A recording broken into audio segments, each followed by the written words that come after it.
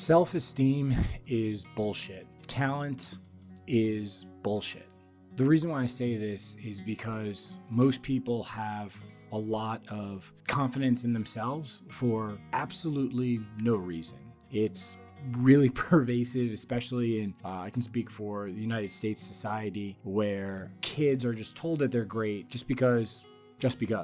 It's not based on really anything. And what this looks like in real life is, participation trophies and not wanting somebody to feel like or a child to feel like they failed, and just making people feel good about themselves just because. I'm not saying we should do the opposite of that, which would be to tear people down, just because. However, real confidence is not based off of a belief that you are just awesome out of nowhere. Real confidence, I found, comes from a methodology. In case this is your first time watching one of my videos, my name is Michael Tessalona. I built 2 7-figure businesses in 1 year after, by the way, struggling for many, many years. I'm just creating these videos to share some of the lessons that I've learned along the way. One of the things that I've learned, taking you back to a story from when I was in high school, is, from my wrestling days. And when I wrestled in high school, I was actually pretty decent as a freshman. I think I had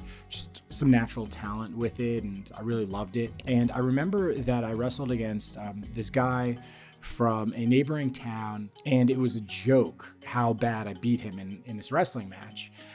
As the years went by, sophomore, junior, senior year, I saw the kid get slowly better and better and better. And then by my senior year, I had a match with him and I lost. I lost to him just by a narrowest of margins. And I remember being, first very pissed that had happened, but it taught me a huge lesson. It taught me a lesson that it wasn't about the talent. It wasn't about me being awesome just because I was awesome. And that was what made me deserve to win the wrestling match. What it was about mat time, really. It was about the time that you put on the mat, really just the program that you would dedicate yourself to. So in the case of getting amazing at wrestling, it's not about talent, it's not about self-esteem, it's actually about the methodology of getting better at wrestling. And what does that method look like? Well, maybe that method looks like going to wrestling practice 4 days, 5 days a week, even on the off season, getting certain number of hours with a coach, going to certain tournaments or camps or whatever. There's the method is what is important. And after one applies the method, then comes confidence. In the skills that have been acquired, in the knowledge, in the experience, and in the realization that, you're standing on something foundational, you're standing on something strong, you're standing on a method. That's what's important. A mentor of mine, David Mills, he talks a lot about the method really being seeking understanding and understanding what real progress is also. Because if you're trying to achieve a goal, and if you're constantly thinking about understanding it a little bit better, say the goal is to successfully run an advertising campaign, understanding the platform, understanding the different targeting, understanding what makes a really great ad, understanding what makes a really good landing page, understanding what makes an amazing offer, understanding basics about video editing. It's seeking understanding until you get a win. And then it's also understanding that as you increase your understanding, you are making progress and feeling great about that, so that you're feeling great throughout this entire process. That's a methodology. That's a method that wins. And it's a method that you could say to yourself, I'm confident in my ability to achieve XYZ goal because I have this method. A lot of people talk about those other things that come into being successful and allowing you to have success. And, I was thinking about this, recently because, there's been some really big things and big changes that have happened in my life. And it's really caused me, to reflect a little bit. I realized that what I see as possible and what I believe is possible, what I feel that I'm worthy of obtaining has really changed and has gone up. And I was trying to think about, well, why? Why is that? I don't feel that I'm entitled to things because I'm so awesome. It's because I look around at the skills that I've acquired, and it's like, well, okay, well, somebody with this skills can do these other things.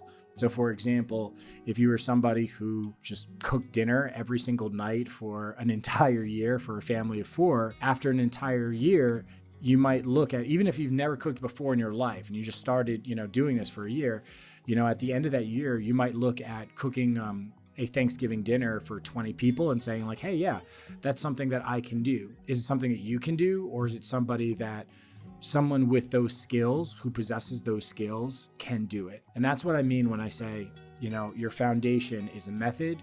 The methods build skills. Those skills build confidence. And then it all loops back around. I spent a lot of time thinking about the concept of your identity and your character, because your identity is such a strong magnet for getting what it is that you want. If you're wanting to lose weight and you identify as an athlete, well, that identity is definitely going to help you. It's, much more so than somebody who identifies as a fat ass. For example, if you identify as being a successful person, I think it's going to help you much more so than the opposite would help you. But on the other hand, your identity can also, every strength comes with its own inherent weakness. If you identify as being insanely disciplined, well, what happens when you run into the situation where you need to be open and you need to be flexible? If you identify as being really compassionate, what's going to happen